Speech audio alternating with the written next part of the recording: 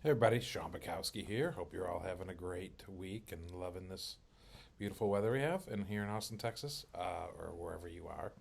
Uh, Talk about some interesting news that happened over at City Hall. I guess a couple weeks now by the time I'm writing this, or recording this. Um, I had heard for a long time about Stream Realty Partners' plans to uh, renovate portions of 6th Street. In fact, specifically the portions between Sabine and Natchez, which is, if you could think, it's kind of like close to 35, that area of what we like to call Dirty Sixth, right? And they had been acquiring properties I knew, and in like the spring of 2022, they had announced some plans about what they want to do in that area to revitalize and regenerate some of that area. And since then, really hadn't heard anything. Now, not all of us in real estate know that's not that unusual. The getting things approved by city council, especially something as significant as what Stream is looking at, is takes time. And and then 2 weeks ago, they finally got approved their plans, and so what they're looking at now is a couple of things. One, they're looking at, I think, 150 unit hotel room, 122 story, 122 foot high residence.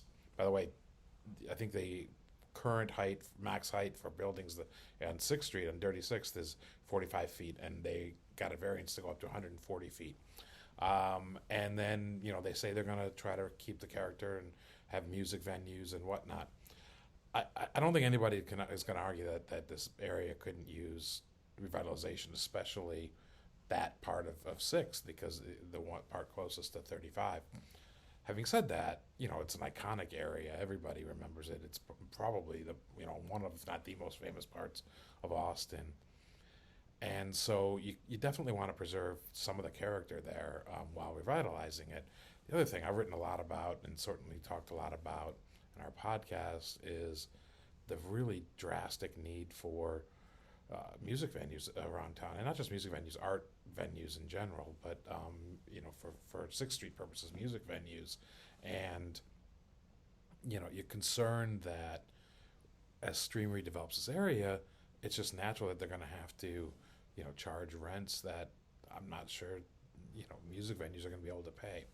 And so I hope Stream says all the right things and say they're going to have music venues there, and I certainly hope they do. And I'm sure, very smart people over there working on it, and I'm excited. I'm excited for this revitalization, and I hope it brings more music venues for local artists to be able to perform at, so that we can really, keep known as the live music capital of the world. Because, as we've talked about before, we're in danger of losing that.